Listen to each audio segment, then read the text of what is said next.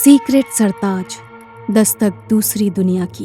Episode 23, प्यार का अंजाम या अंत। एक तरफ इतना कुछ करने के बाद भी रक्षित अपनी शक्तियों को खो चुका था और उसे समझ नहीं आ रहा था कि ये सब कैसे हुआ।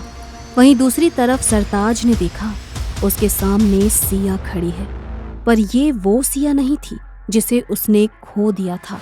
ये सिया थी जो दूसरी दुनिया से आई थी। उसकी आंखों में चिंता और प्यार की गहराई थी। सिया ने सरताज की तरफ देखा और नम आंखों में चिंता लिए हुए पूछा, सरताज, तुम ठीक हो?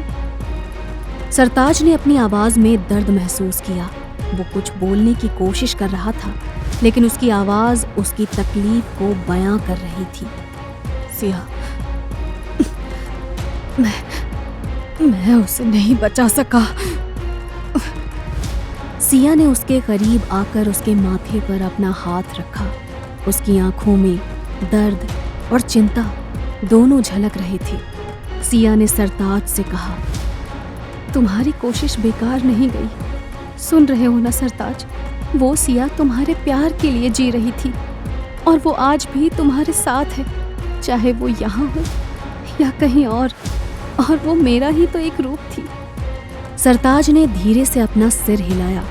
सिया को खोने का दुख उसे अंदर तक तोड़ रहा था। अचानक हवा तेजी से बहने लगी। सिया ने सरताज की ओर देखा और फिर अपने साथियों की ओर इशारा किया। हमें इसे यहाँ से ले जाना होगा, अब समय नहीं है।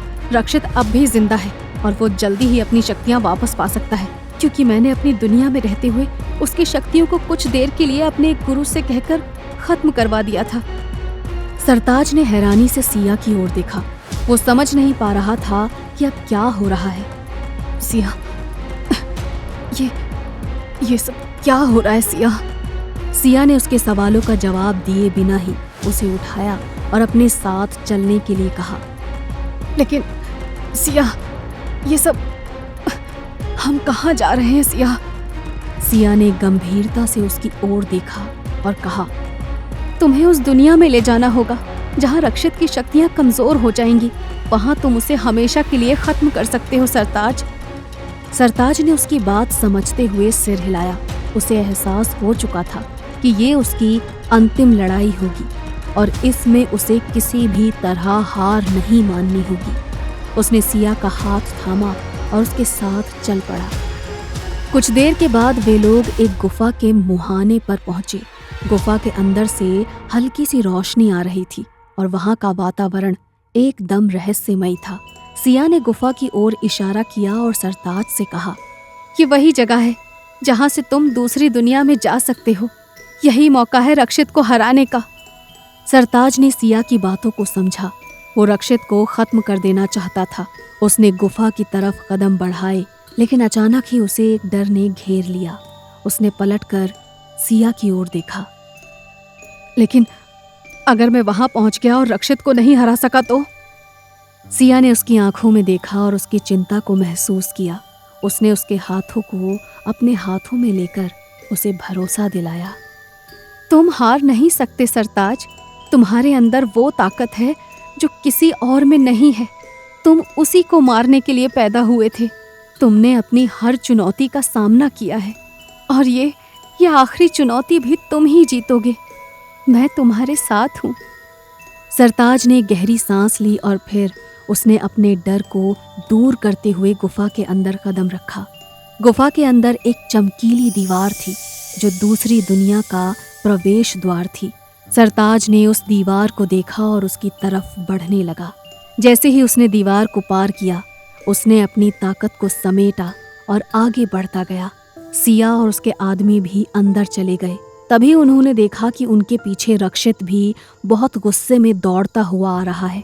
सिया ने सरताज को देखकर चिल्लाते हुए कहा, ये लड़ाई सिर्फ तुम्हारे और उसके बीच में है। इसमें हम मदद नहीं कर सकते, क्योंकि ये हमारी दुनिया के नियमों के खिलाफ होगा। हम दूर छिपकर तुम्हें देखेंगे सरताज। इतना कहकर उन सभी ने सरताज को अकेला छोड़ दिया और वहां से चले गए। और तभी रक्षित भी इसी दुनिया में उसके सामने आ गया। वो अब पूरी शक्तियों के साथ था। रक्षित ने उसे देखा और हंसने लगा।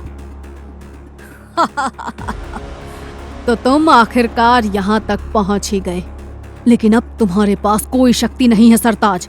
अब तुम मेरा क्या कर लोगे? हाँ बोलो। पूर्णिमा का चांद अपने चरम पर था। सरताज ने रक्षित की बातें सुनी, लेकिन उसने अपनी आंखों में विश्वास बनाए रखा। तुम्हें खत्म करने के लिए मुझे किसी शक्ति की जरूरत नहीं है रक्षित। मेरा प्यार ही मेरी सबसे बड़ी ताकत है, और तुम्हें इसी प्यार से हराऊंगा मैं। रक्षित ने उसकी बातें सुनकर उसे कमजोर समझा और उस पर हमला करने की कोशिश की, लेकिन सरताज ने रक्षित के हर वार को नाकाम करते हुए उस पर पलटवार किया। उनके बीच अब भयंकर युद्ध छिड़ गया था। रक्षित ने अपनी सभी ताकत का इस्तेमाल किया, लेकिन दूसरी दुनिया में उसकी शक्तियां कमजोर हो गई थी। अब वो धीरे धीरे वापस आकर भी खत्म होने लगी थी। सरताज ने इसका फायदा उठाया और उसे उसके सर पर एक जोरदार हमला कर दिया। रक्षित मुंह के बल गिर गया और अचानक ही बहुत कमजोर महसूस करने लगा। इस बार सरताज उसे मारता रहा और फिर आखिरकार रक्षित ने हार मान ली और उसके चेहरे पर डर और हार का भाव साफ झलक रहा था। नहीं नहीं, ऐसा नहीं हो सकता। मैं अमर हूँ, मुझे कोई नहीं हरा सकता। नहीं नहीं नहीं। सरताज ने उसकी आंखों में देखा और उसे उसकी असली ताकत का एहसास दिलाया। तुम्हारी ताकत तुम्हारे घमंड में थी रक्षित, और घमंड हमेशा टूटता है। ये कहते हुए सरताज ने उसके सर पर एक बड़े पत्थर से हमला किया और उसका सर वहीं फट गया। रक्षित ने अपनी आखिरी सांस ली और वो जमीन पर गिर पड़ा। सरताज ने उसकी ओर देखा और उसकी आंखों में एक सुकून का एहसास था। उसने रक्षित को हमेशा के लिए हरा दिया था। इस बार रक्षित के चेहरे पर वही शैतानी हंसी नहीं थी, बल्कि एक अलग तरह का अजीब सा दर्द झलक रहा था। देखो देखो, मैं अब भी जिंदा हूं सरताज, पर मेरा अंत नजदीक है, और ये सिर्फ तुम्हारे कारण हुआ। सरताज ने उसे गुस्से से देखा। उसने अपनी मुट्ठी बंद की और आखिरी लड़ाई के लिए खुद को तैयार किया। तुमने मुझे बहुत दर्द दिया है रक्षित, और अब मैं तुम्हें इस दुनिया से मिटा दूंगा। इस दुनिया में ना तो तुम्हारे पास कोई शक्ति है और ना ही तुम अमर हो। रक्षित ने उसकी बातें सुनकर अपने चेहरे पर दर्द भरी हंसी बिखेर दी। तुम सच में सोचते हो कि तुम मुझे हरा सकते हो सरताज? मैं अमर हूं सरताज, मुझे मौत नहीं हरा सकती। लेकिन रक्षित के शरीर में अब उसकी ताकत का कोई अंश नहीं बचा था। उसकी शक्तियां धीरे धीरे खत्म हो चुकी थी और वो इसे महसूस कर रहा था। उसकी आंखों में दर्द और निराशा झलकने लगी थी। सरताज ने एक और हमला किया। रक्षित ने अचानक अपने सीने को पकड़ा और उसके चेहरे पर दर्द का एहसास गहराता गया। वो जमीन पर गिर पड़ा और उसकी सांसें धीमे होने लगी। ये क्या हो रहा है? मेरी शक्तियां जा रही हैं। नहीं नहीं, मैं ऐसे नहीं मर सकता, बिल्कुल नहीं। सरताज उसके पास आकर घुटनों के बल बैठा। उसकी आंखों में देखकर उसकी हताशा को महसूस किया। उसने अपने दिल की गहराई से एक बात कही जो उसने कभी रक्षित से पहले नहीं कही थी। रक्षित, तुमने अपने अहंकार में सब कुछ खो दिया। सिया, जो तुम्हारे लिए एक खिलौना थी, वो तुम्हारी हार का कारण बनी। रक्षित ने अपने आंसुओं से भरी आंखों से सरताज की ओर देखा। वो ये नहीं मानना चाहता था कि उसकी जिंदगी का ये अंजाम होगा। उसने अपनी सारी ताकत को इकट्ठा किया और सरताज पर एक आखिरी बार वार करने की कोशिश की, लेकिन वो अब और नहीं चल पाया। रक्षित की सांसें धीमी होने लगी थी।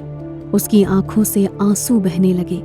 उसने अपनी जिंदगी में जो कुछ किया था वो सब उसकी आंखों के सामने घूमने लगा था। उसे एहसास हुआ कि उसने कितनी गलतियां की हैं और अब वो अपने कर्मों का फल भुगत रहा है। सरताज ने उसकी ये हालत देखकर एक गहरी सांस ली। उसने अपनी आंखों में कोई खुशी नहीं दिखाई, ना ही उसने रक्षित की मौत पर कोई सुकून महसूस किया। आखिरकार रक्षित ने अपनी आखिरी सांस ली। उसकी आंखें धीरे धीरे बंद हो गईं। सरताज ने उसकी ओर देखा और उसकी आंखों में सिर्फ सन्नाटा था। उसने अपने हाथ से रक्षित के चेहरे को ढक दिया और फिर खड़ा हो गया। उसने अपनी आंखें बंद की और सिया के बारे में सोचने लगा।